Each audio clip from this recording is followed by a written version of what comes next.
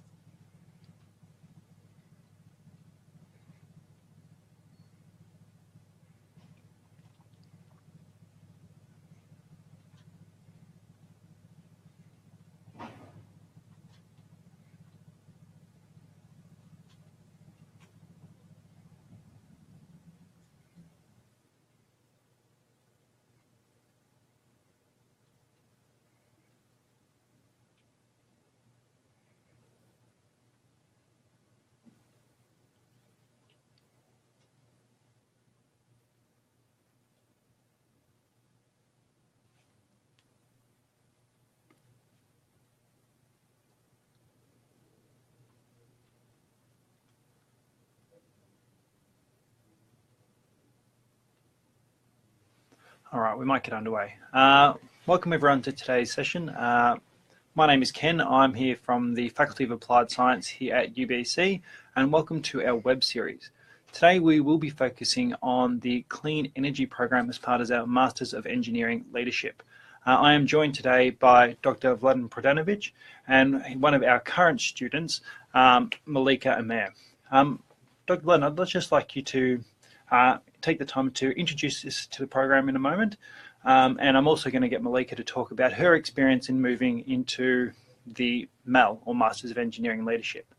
What I did want to touch on first is we do have students interacting with us from all over the world today, everywhere from Australia, Belgium, through to us here locally in Canada. So that we can get your questions answered, please do comment in the comments section of our Facebook Live page. We'll be attempting to answer all questions live, but if for some reason we do not get to your question, we will be going back through the comments and answering them post the conclusion of this event. Furthermore, make sure you get involved. We do want to answer your questions. Don't be shy. We want to help out. But Dr. Vladan, I'll pass over to you if you'd just like to give us a short introduction to yourself and to the program. Thank you, Ken. Thanks for the opportunity to address the audience here. My name is Vladan Prodanovic, and I'm a faculty member in mechanical engineering and chemical engineering departments here in the Faculty of Applied Science. I'm also the director of the Clean Energy Engineering MEL program, together with Professor Walter Merida, who is also the director of the Clean Energy Research Center at UBC. It is great to talk about this program. I should say that this is one program that has slowly taken roots in UBC academic community.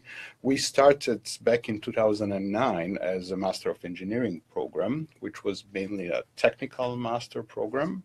And then 3 years ago, we switched to the Master of Engineering Leadership by introducing the business and management components into the program. We operate on a cohort base. Every year we have between 20-25 students that are attending the course, and as you can imagine, a very, very lively group of young, enthusiastic people all ready to change the world to participate in discussions. And I'm mentioning this because aside from the curriculum, from standard courses that are being offered in the program, I think that one of the strong points of this program is this interaction between students, also between students and our alumni, and that's probably one of the reasons I mentioned this this historical perspective of the clean energy program, because we have a substantial alumni database, and these former students, now professionals working in the energy sector, really participate in every aspect of the program. They help out, they bring in project ideas and so on. In terms of the of the program, it is 1 year long, 30 credits. About half of the courses are business and management courses. The other half are technical courses, or so to say technical courses. They are really built along the industry value chain for the for energy. So looking at starting with resources all the way down to energy efficiency and conservation, utilization services, and so on. So we, in our program, analyze all different aspects of clean energy, whether it is a set of renewables that can be applied on the supply side, whether it is methodology to reduce the amount of energy that is used on the demand side, whether buildings or industrial sides, and this is all, of course, coupled with energy policy. Wow, thank you very much for that overview. And we'll hand over to Malika. Can you give us an insight into what brought you into the program in the first place? Thank you for having me here. Overall, I am actually a petroleum engineering. I did petroleum engineering before, and as I was working, one of my coworkers told me about this program. And it was very interesting to me because I wanted to transition into clean energy itself. And I thought it was the perfect program to slowly merge into that and learn way more about it rather than just read the news or so. It was very nice to just see that they had the MBA and MEL perspective. Like, it was a combination of leadership, at the same time the technical skills were there. So it was quite intriguing for me to actually apply into this and get into it. In terms of overall experience, it was very nice. Everyone was communicating very well, like in terms of applying into it too. Everyone was there for you. It didn't feel like you were just one of the 70 people applying or hundreds of people applying. Everyone felt very unique in terms of getting into the program itself, because they actually want to make a change rather than get you and put you out there in terms of just studies. It actually educates you in terms of sustainability wise of clean energy or whatnot. Wow, yeah. Fantastic. And it's quite a big change to move from oil and petroleum through to clean energy. How have you found the transition? It is quite at first I thought it was going to be quite challenging, but the basics of just thermodynamics and fluid properties or so are very similar. You're just going in a different perspective, and that was very nice. Like, that's one thing people need to know if they are coming from also from a petroleum background or any other background. There is a transition stage, so you do need to know both sides, but it's better off to know that, hey, you're slowly transitioning into it or so. So it's not that hard so far. So far. And one of the first questions we have had is just regarding the types of clean energy programs that we do look at. You know, what kind of the sectors are we looking at, Dr. Vladan? Oh, well, I should probably follow up on what Malika said, right?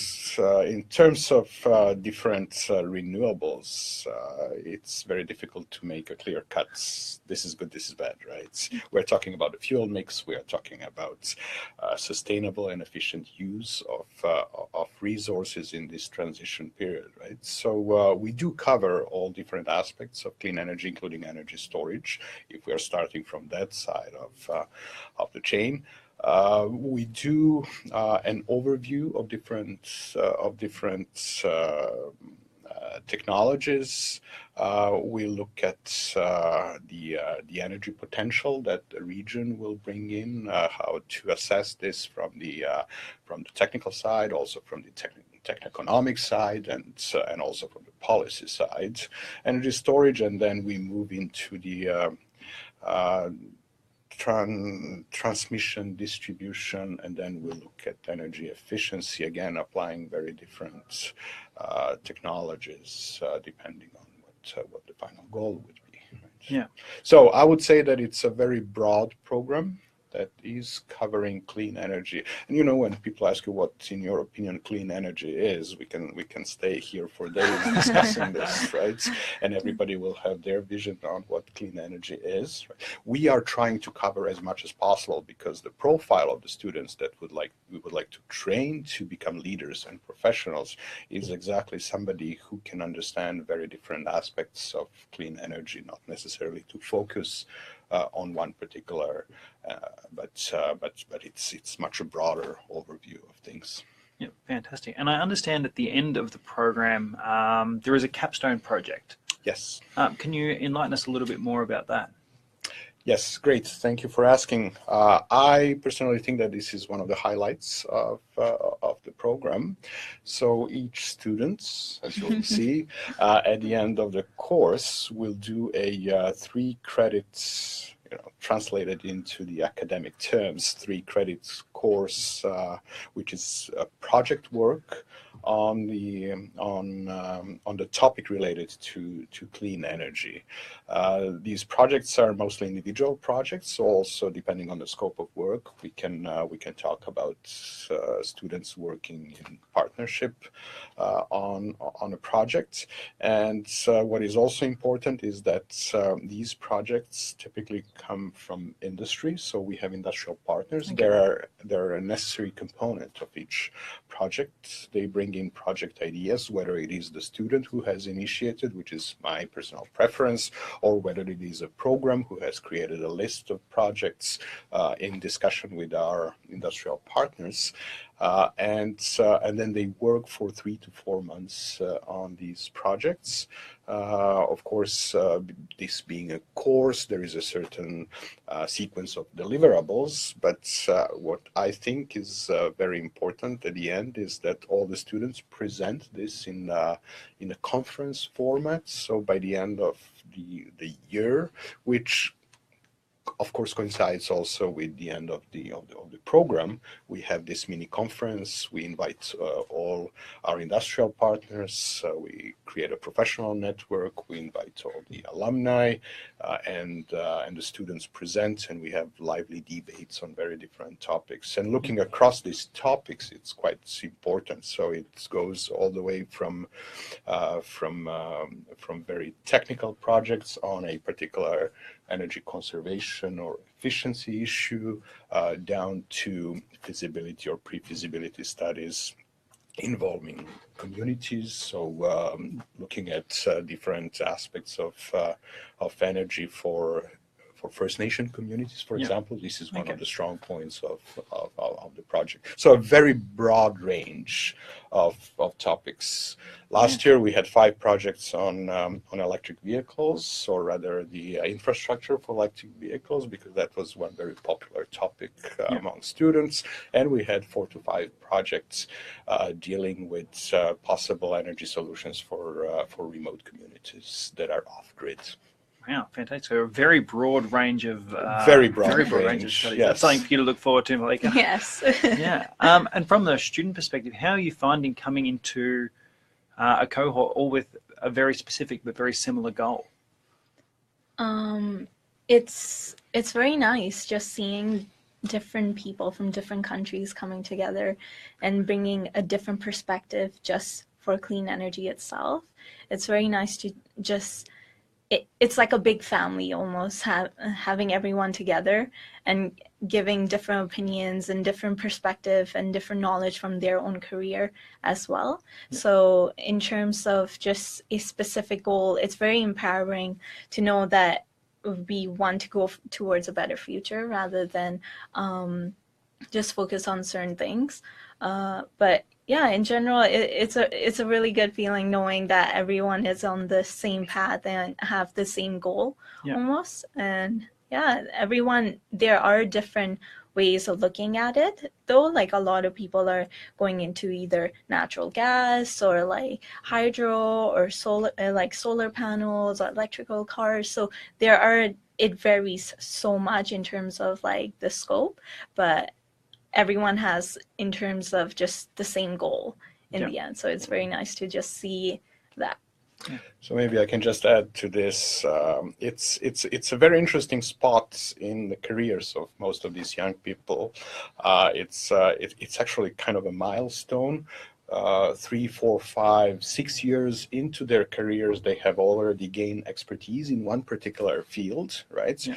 And they still have this hunger to learn more and to understand what is happening in some areas that maybe they have not been too involved with, right? Yeah. So coming into the program, students very often get self-organized and creates these debates and self-organized seminars when one of them presents about their experience in the industry, where they're coming from, and then the others get involved with discussions, and it is actually quite interesting to see all these initiatives that are coming from the students. I just wanted to jump into this. Yeah. Cool, and we do have a few of the questions coming in on our comment board now.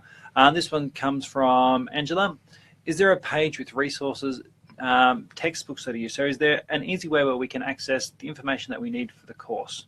Have you anything that you've used particularly? So pretty much we have a website called Your Connect. So all the courses come on there, and all our professors pretty much communicate through that platform. So it's a very organized website, which pretty much puts all the notes and all the textbook information or the course outline in every folder. Cool, and that's called Your Connect? Your Connect. UBC Connect. UBC Connect, cool. Yeah. So Angela, UBC Connect is the perfect place for you to check that one out. One of the other common questions we have been asked is just with regards to some of the admissions.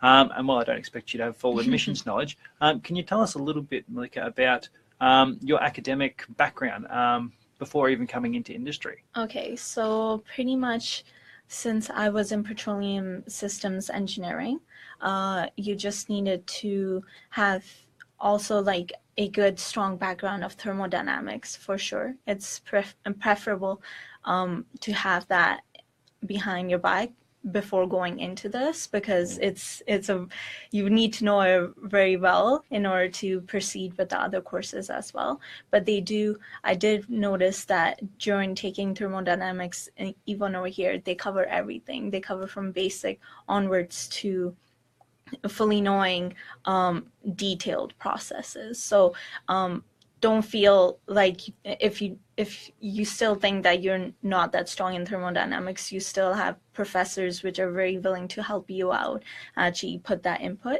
In terms of just education wise, have a good standing of GPA before going in. And in terms of experience wise, just have the 3 years of work experience. In terms of, I believe it doesn't have to be specifically engineering as well, because there are a few environmental people as well. There are people from with a background in environmental science that are also very often involved with the program. So there is certain flexibility there, right? But we carefully review all the requirements for admissions. Yeah.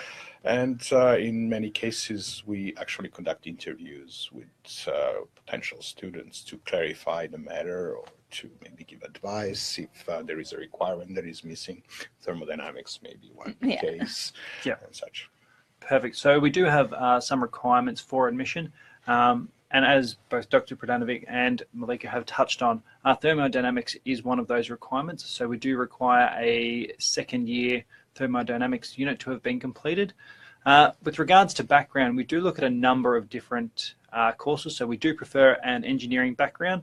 But as Dr. Vladan did speak about, we do look at students who also have the background in environmental science. So both of those areas, if you would like further discussion on that though, as we did discuss, we do interviews, and we really are here to help support you through your application process. With regards to GPA, we do have a 76% GPA here at UBC as a requirement. However, there are some cases where we will there is some flexibility in that depending on industry experience or significant background in the environmental sector as well. So if you're not quite sure of whether you do meet the requirements, come and have a chat to us. We're here to help you. That's the kind of the key messaging that we do want to get across, is that we're here to help you with your application. One of the next questions we do get asked, and this is probably one for you, Malika, is what does a day look like in your life as a student? As a student, so if you're living on residence, which I would highly recommend, it would be very hard to transit back and forth. So definitely look into residence itself, because we have classes every day.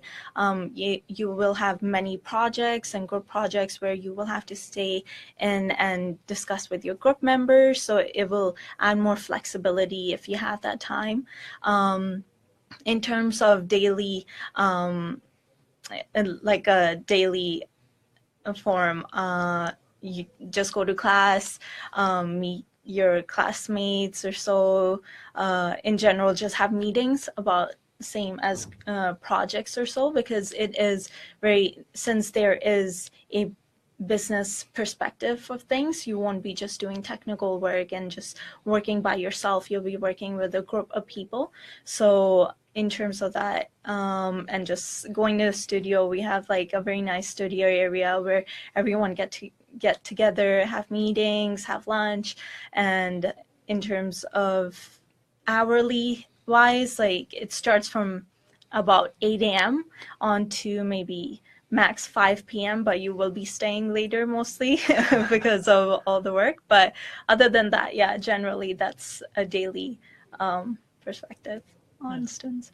And from what I'm gathering from the both of you, is it fair to say that there's quite a community within the Masters of Engineering Leadership program? Yeah, we have a pretty big community. At first it will be kind of hard to just merge into like so many different personalities or so, but it was just amazing. And by the end of just this first semester, we all have just turned into almost like a mini family, and just everyone pushes one another to work hard and gives guidance with any type of like how to speak, or in terms of speeches wise, and just workload too. If someone is struggling still, another student or a group of students will get together and still help one another out. So that's very nice.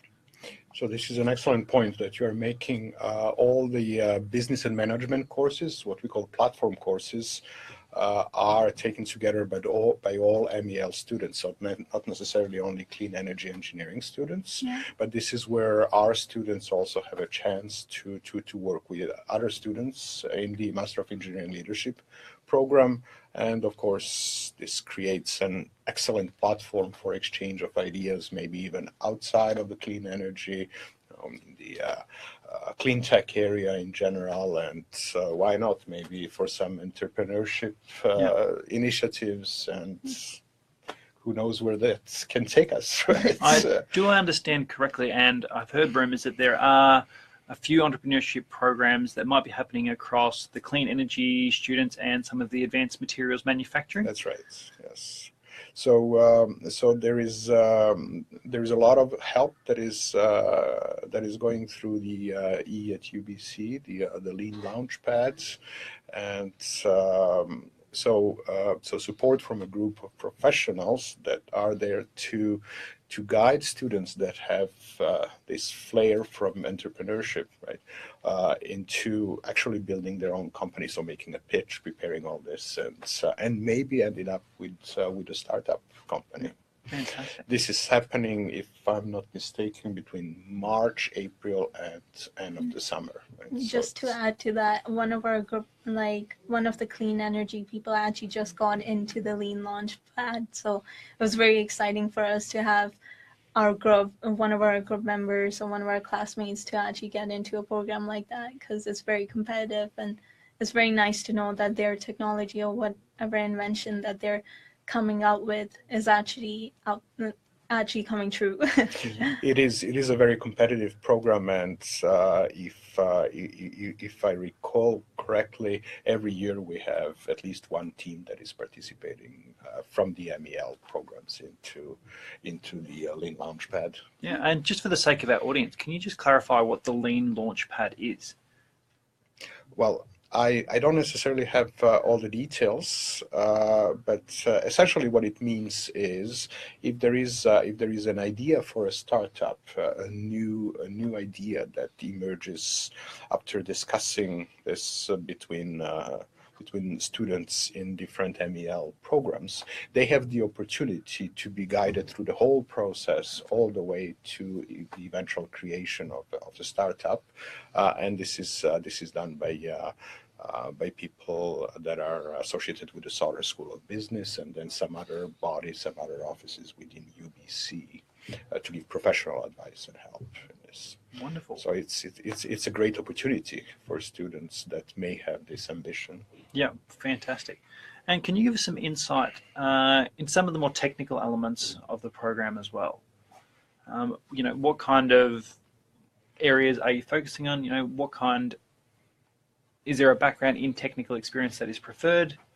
Right. So as Malika mentioned, thermodynamics is sort of a foundation of things, and I do teach thermodynamics and heat transfer, so I'm quite biased towards it. But we do have students with different engineering backgrounds, students who may not have had the opportunity of taking a thermodynamics course in their undergraduate studies or elsewhere. So as one of the requirements, yes, we ask them to take such course. There's different options, and we can advise about what would be the preferred options to take. But thermodynamics for sure represents a foundation of things. But then if you look at the courses, there is a course on sustainable energy systems, which is mostly a review of renewable technologies, right? But not necessarily only renewable. We're talking about sustainable solutions here. There is a course on energy storage and transmission.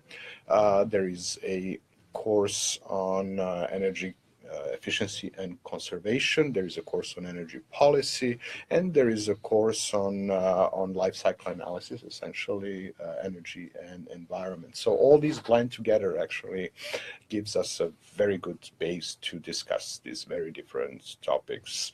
And I should also say that we are extremely pleased to have a group of excellent people, instructors that are participating in this program. So the father of life cycle analysis, Dr. Roland Clift, who is a visiting professor from the UK, young entrepreneurs who have their own companies that also teach in the program and are associated or adjunct members of the UBC community, as well as renowned faculty members from mechanical, chemical, engineering, and some other departments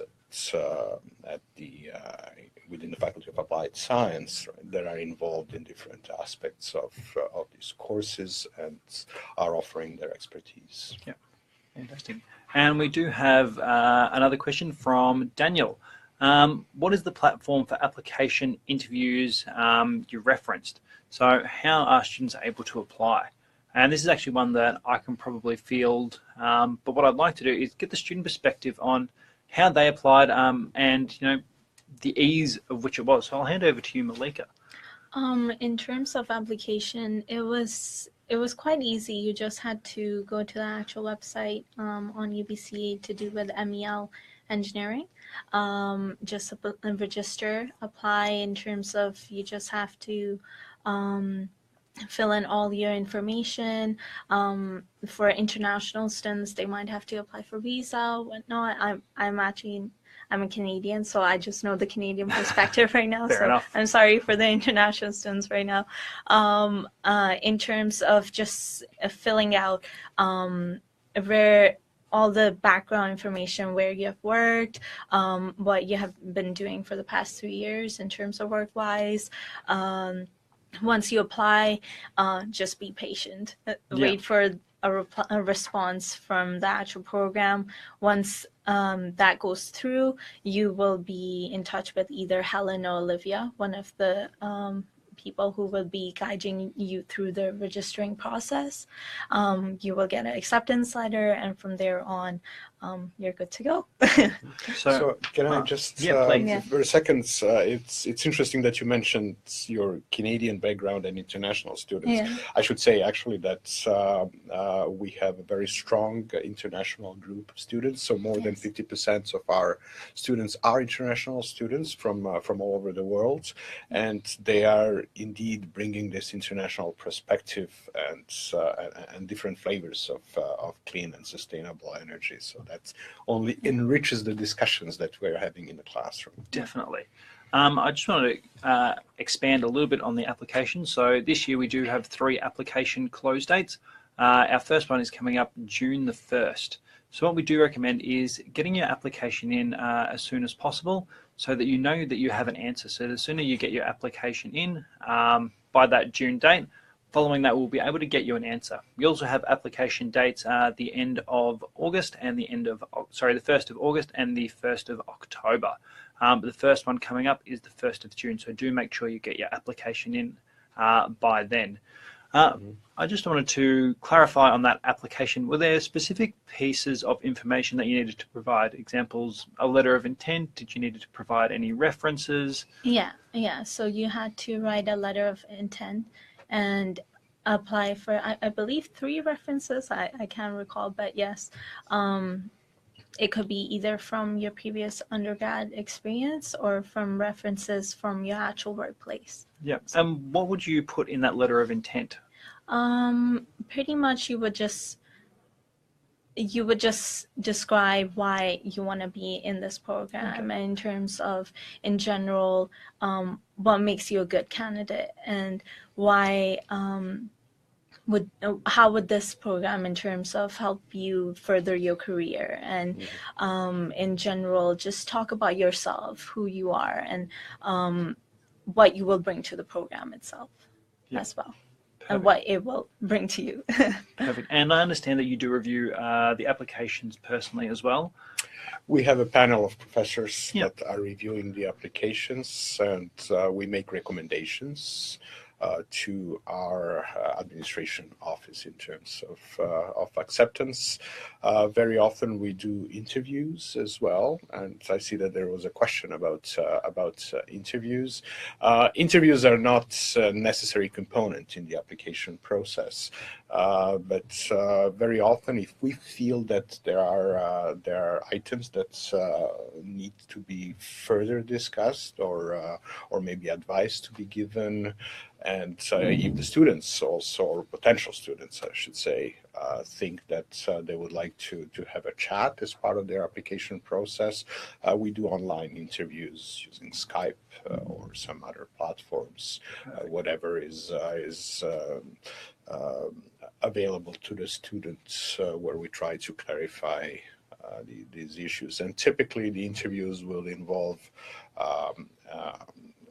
somebody from the academic side, so either myself or another professor, as well as the program administrator, and put together we should be able to answer most of the questions that applicants may have. Yep, fantastic. We also have a question from Felix. Is there a current session of this course being taught, and is it all right to come in and audit some classes? So we do have a course underway at the moment, of which Malika is one of our current students. So when did you start your course, Malika? We started our course, I believe, in January 3rd or 1st. And then right now we're just towards the end of our semester, so we're giving our exams or so on. But in terms of also auditing, you can audit courses. Quite a few of my classmates did audit courses to help them out in terms of anything that they want to learn on the side. They're even taking classes such as like French or Spanish as a side language just to learn more.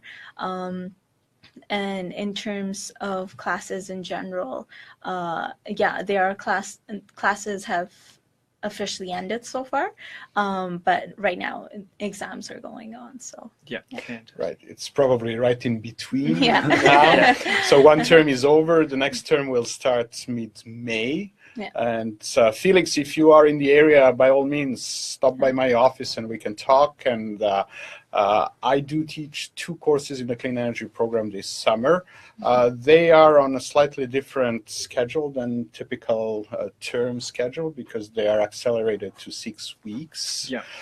Only, and quite a few of these lectures will be happening outside of classroom. We do have one field trip that is incorporated in this term, but by all means, Felix, let me know and I'll get you into the classroom. Wonderful. And I just wanted to highlight that the engineering courses are available for audit, but the courses offered by the Sauder School of Business, so that business leadership side of things, unfortunately, they are not available for audit at this time. However, if you would like to see the full class course program outline, you can find that online. The easiest way is to Google Masters of Engineering Clean Energy, follow the links, and you will be able to see the full map of the course. One of the next questions, one of the common questions that we do get asked is the duration of the course. And we spoke about how you've started in January, and we're aiming to finish in December. That's correct? Yes. Fantastic. And, you know, where are our students going following the completion of their course? This is an excellent question. Well, happy to report that over 83% of our students from the previous cohort have found jobs. So most of them managed to find a job in the area that they're interested in soon after they graduate. Regarding the area or where they would work on, it's really broad, I should say. We have our former students who work in consulting companies, developing different renewable solutions. There's quite a few in the Vancouver area, but even more so in some other areas of Canada, for example, or even south of the border. We have students or former students, I should say, that are working in the energy efficiency and conservation, particularly in the building area. So consulting companies that are dealing with energy efficiency and reduction of energy usage in buildings, whether commercial or residential buildings and so on. Yeah. We have students that are working in think tanks like Pembina Institute, for example, participating and consulting about developing policies and so on. So as you can see, very, very large and very broad area of energy in the energy sector where our students can be employed in. Fantastic. And I will admit that is a little bit of a more difficult question to answer. As the course is quite new, we are still developing the stats behind where our students are going, the employment rates. We will have greater numbers and greater clarity as we move forward. However, at the moment, the sample size is just too small, and we want to make sure that we give out the right information. We do have a question from Eugene. Do we accept job experience from utility sectors too, like fiber optics and telecommunications? We do. So if we're talking about the utility sector, yes. As a matter of fact, utilities or managers from the utilities are even in our advisory boards, right? So this is quite broad as well. job experience from so any area that is really related to the energy sector, right? Any engineering experience, if you wish, right, will count. Of course, some weighing has to be done, right? This is why it is important to write a letter of intent as well, right? The correct way, because that is kind of a representation of the applicants. But yes, we are open to very different areas and to look at candidates coming from with professional experience from these areas. Wonderful, Felix. That should hopefully cover a few of your fears. Thank you so much. Malika, are you able to tell us a little bit about the workload and how you're managing the workload? So far, it's pretty good. At first, it started off slow, so they slowly merge you into the courses because they know that coming from a work background and coming straight into education-wise, it's not easy. But so far, it seems at first you would think that the program is gonna be very hectic and it will be very hard to handle. But it is slowly but surely manageable. As long as you're putting time and effort in, it's very doable. Fantastic. Yeah. And Dr. Vladan, you spoke a little bit about how we do have a mix of international students, domestic students. Are you able to give us probably a broader snapshot into what is our student profile? You know, what kind of experience are they coming from? How much experience do they have? So I'm trying to remember what the stats say, but I think it is typically around 5 to 6 years of experience on average for the clean energy program. I think that 3 years would be a minimum professional experience acceptable for entering the program. Very broad range. We have actually quite a few students that have had experience in the oil and gas industry. And I see that as a very interesting shift from oil and gas to more renewables. Once one has understood what the technical aspects may be, what the advantages, what possible disadvantages will be, right? So bringing in that expertise to weigh in on different technologies is fantastic in my opinion.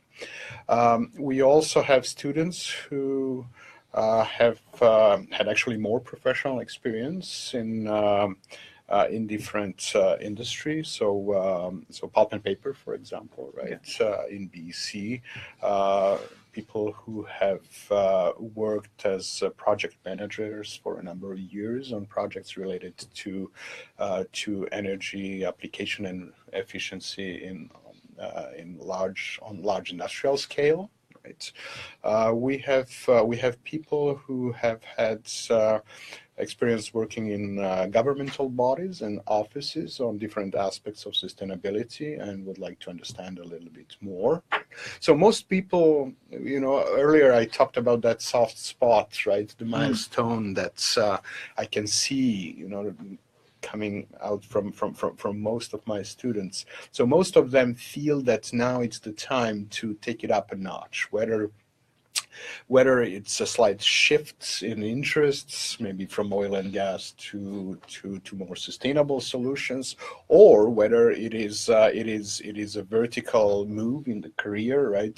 They feel that they are ready to take on managerial positions or probably doesn't sound right, but start leading projects, right? Especially in sustainable energy applications. So we really hope that we train these people to become future leaders in this. They understand a broad range of topics, so not necessarily just technical, but also the business side, the management side, and they know how to apply their leadership skills into this. Fantastic.